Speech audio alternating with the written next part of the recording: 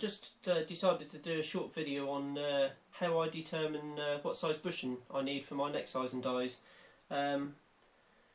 There's several ways you can do it, but these are two ways that I do, and they should end up with the same results.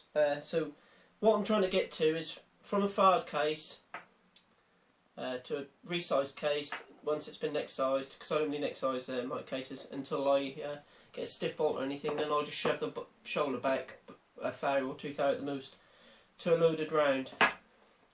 When I say about the bushing for the neck size and die, if you're not familiar with them, if you use the Wilson dies or the Redden competition dies, the one thing they have in common, one is a arbor press. You use this in an arbor press, and this one is in like a single stage press. The one thing that they have in common is inside, if I can get it out, there's a little bushing there.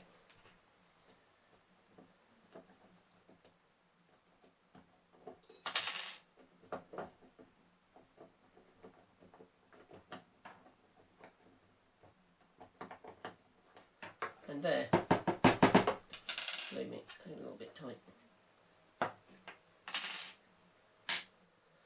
They're exactly the same thing. They are, in this case, titanium nitrate bushing dies, neck bushings. You can get two different types. You can get the nitrate type, or they're a bit more expensive, or you can get the stainless steel type. Now the stainless steel type will also work in both types of die.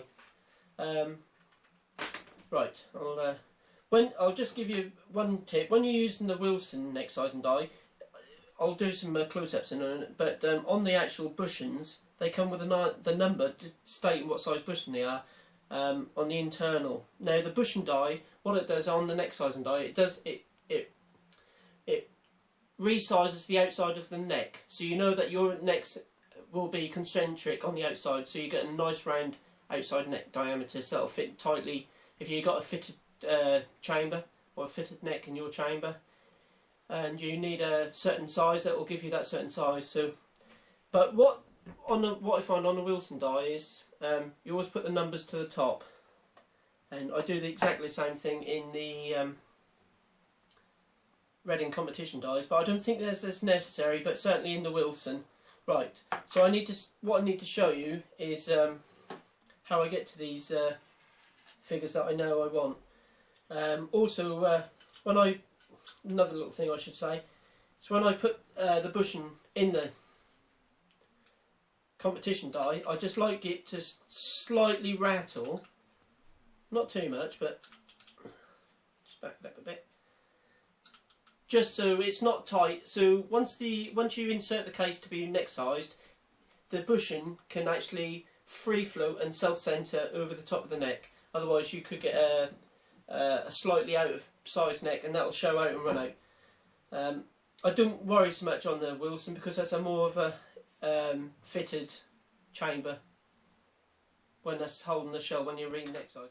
Right, to find out what actual neck bushing you're going to need for your die, whether you go for the Wilson or the Redden competition or Sinclair, there are other ones. RCBS do one, but I think you can still use them, but I've got no experience with them, so I shan't say much. You'll need the actual width of the bullet, and you need to know what your case wall thickness is of your neck. So in this case, I know by using the case wall thickness gauge, it's 15 thou. So what you need to do is you'll have the overall outside measurement of a fitted case, and that'll be, once that round is in there, will be 2 times the wall thickness and 1 lot of the case thickness. So I know that overall my case will be 0.294. Right, so that'll be the width of 2 walls and the bullet inserted. So if I come back to a fitted round, it is 0.294. Right, that is one way you can do it. The other way is, well, as to how you get to that figure, 0.294. We'll go on to selecting the bushing for that in a minute. The other way of getting to that measurement is getting a fired round, an unsized fired round, out of your chamber and measuring it overall, and that will come back 0.296. So you can see that there's 2 thou difference between the fired round and this round. If you want to work up from there, I like 2 thou on top of a loaded round bushing to bring it back, because there's a little bit of spring back. When you fire a round, it'll go out and then spring back a little bit. Or I find the most consistent way is to get the fired round and take off 1 to 3 thou from that size, and that should give you the bushing size for that neck. If you go too tight a button, you get too much grip and you'll get too much pressure build up. If you get too little, like a thou under, you may have problems when under recoil of if you've got a magazine on your rifle of other rifle, like an inertia in the bullet slipping inside the neck. So they recommend 3 thou. I like to go 1.5 to 2 thou under a fired round size, and that'll give me my neck bushing. So I know that in this case, as a fired round is 0.296, I'll go 3 thou under or 2 thou under, and I'll be in a region of 0.293, 0.294. I'll vary it a little bit with my load testing to see how much grip that'll give me on my bullet. As I say, too much grip and you're going to increase your pressure up, and too much grip you could get problems with dangerous pressures. Too little grip, if you chamber around and you do happen to shoot it tight touching the lance, you could end up leaving the tip into the rifling. So just be a bit wary, and hopefully this should sort you out. Thank you.